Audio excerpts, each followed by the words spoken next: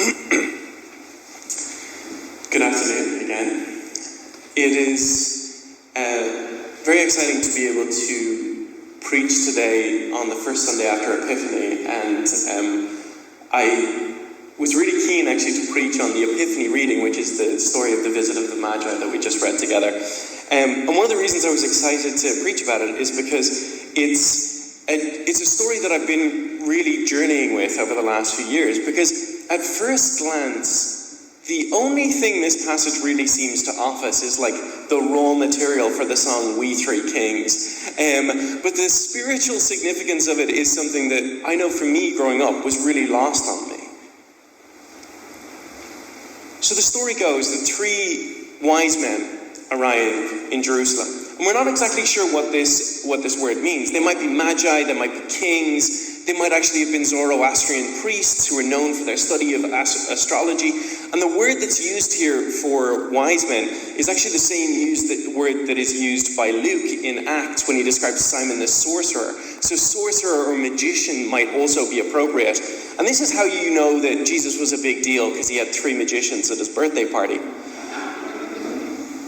But we're not exactly sure what exactly they were about, or we don't quite know where they came from. Our tradition gives them names, but we don't know their names. We don't know their stories. We just know that they show up out of nowhere. And there are a few things that we do know. We know that they were not Jewish. We know that they didn't practice the same religion. We know that they came from the east, so they were not from the same region. But they show up at the city at the heart of the Jewish faith as people from other lands, and say to Herod, God is doing something among you, and you have missed it. And preaching in this space to this community, I'm profoundly aware that for many in the LGBTQ plus community, that this has been your experience. Crying out that God loves you, that God speaks to you, that God leads you and guides you. Preaching with your lives that God is doing something among you that the church has often failed to see. And I think it's also profound and unsettling that Herod's reaction is not joy, but fear. And that too often this has also been the truth of your experience. That just by the radical act of being yourself and following the light that has guided you, you have been met with fear, hostility, and exclusion, rather than embrace, love, and belonging. And yet, despite this reaction from the most powerful of God's people, the Magi do not allow this fear and this suspicion to stop their journey. They refuse to stop following the star that has guided them this far. They know that the light is still moving, that God is still calling them, that God is still leading them, and that he is still keeping his promises.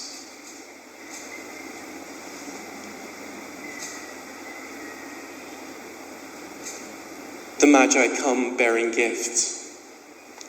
They bring gold for a king. Gold was an appropriate gift for a king. And yet we never read of Jesus accumulating wealth. In fact, we kind of read the opposite. In Matthew 8 it says, a scribe then approached and said to Jesus, "Teacher, I will follow you wherever you go." And Jesus said to him, "Foxes have holes and the birds of the air have nests, but the Son of Man has nowhere to lay his head." This is not a man who will accumulate gold and live in palaces. And there's a weird contextual thing as well here that Jesus might be, as is very often the case, speaking on two levels. Birds have nests conjures the image of the standard of the Roman Empire, the eagle. And at another point, Jesus refers to Herod as that cunning fox. And so it's almost like he's speaking of the two empires of the day, the empire of Herod, the empire of Rome. But he says, the Son of Man has nowhere to lay his head. Gold is an appropriate gift for a king. But that's not something Jesus is going to use. In fact, the only time we ever read of Jesus taking money is from the mouth of a fish, not from people. The Magi bring gold for a king, and Jesus is king, but he's not that kind of king. And they also bring frankincense, which is an appropriate gift for a priest, because it was a symbol of religious authority, ceremony, and ritual. And yet we find that also Jesus never sought out religious power over others.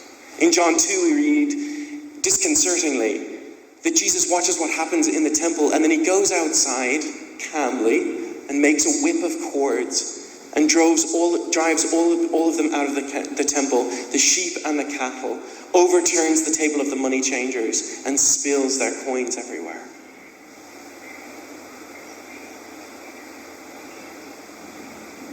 Frankincense is an appropriate gift for a priest, for a religious person. But often the way in which we talk about what it means to be religious today, it's not something that Jesus actually looked like. Or perhaps he embodies true religion. The root of the word religion comes from which means again, and legare, which means to connect. It's the same root of the word ligament that we get, which is the pivot point at which we move. And so the word religion at its root can actually mean reconnection with the one who made us, with each other and with ourselves. Jesus reconnects God to people by breaking down every boundary between them. And at the moment of his death, the temple curtain is torn from top to bottom, from heaven to earth, and the place that was hidden by the curtain, the place that only the high priest could enter, was now open to all. He never served in the temple, and yet his finally priestly act in his life on earth was not to go into the Holy of Holies himself, but to tear down the division between God's most intimate presence and the place in which we live. They brought frankincense for a priest, and Jesus is a priest, but he's a wholly different kind of priest. And finally, they brought myrrh, and this is my favorite one. I'm going to ask this question knowing the answer already, and if I try to explain this, I know it won't work. Has anyone seen the myrrh TikTok trend? No, of course not. You guys need to get on TikTok. You need to watch this fantastic audio that goes over all these different things. And somebody has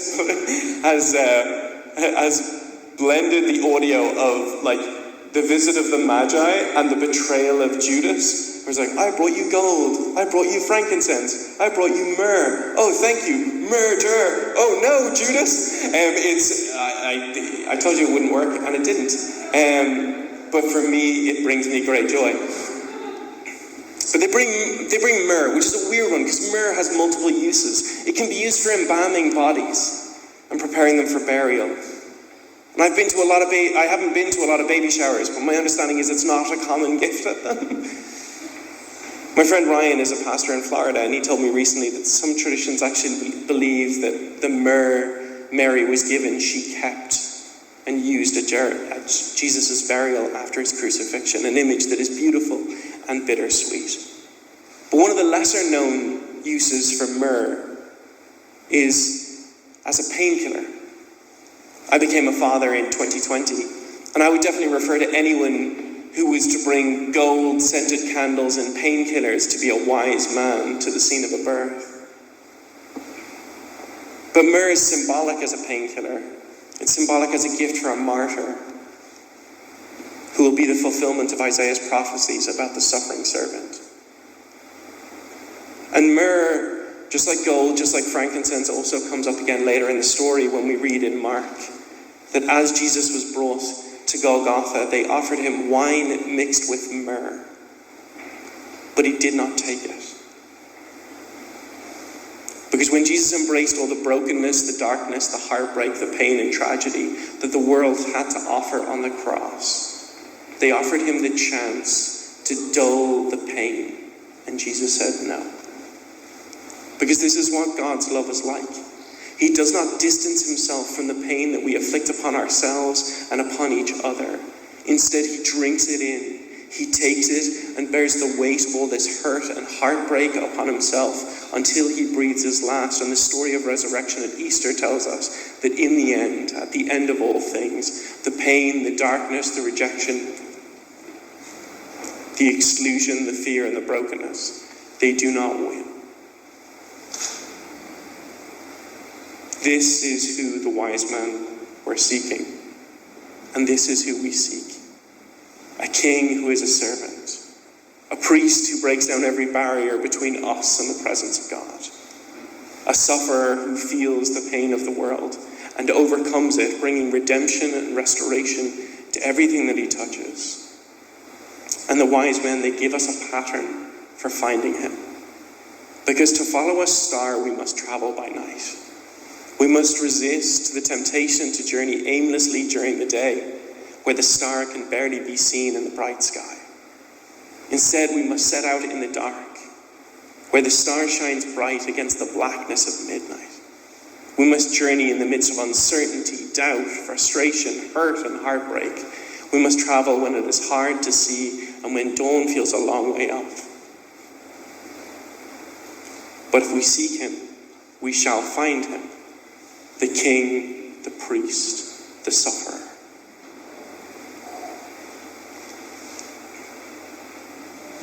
I was really struck this week by the Collect for Epiphany.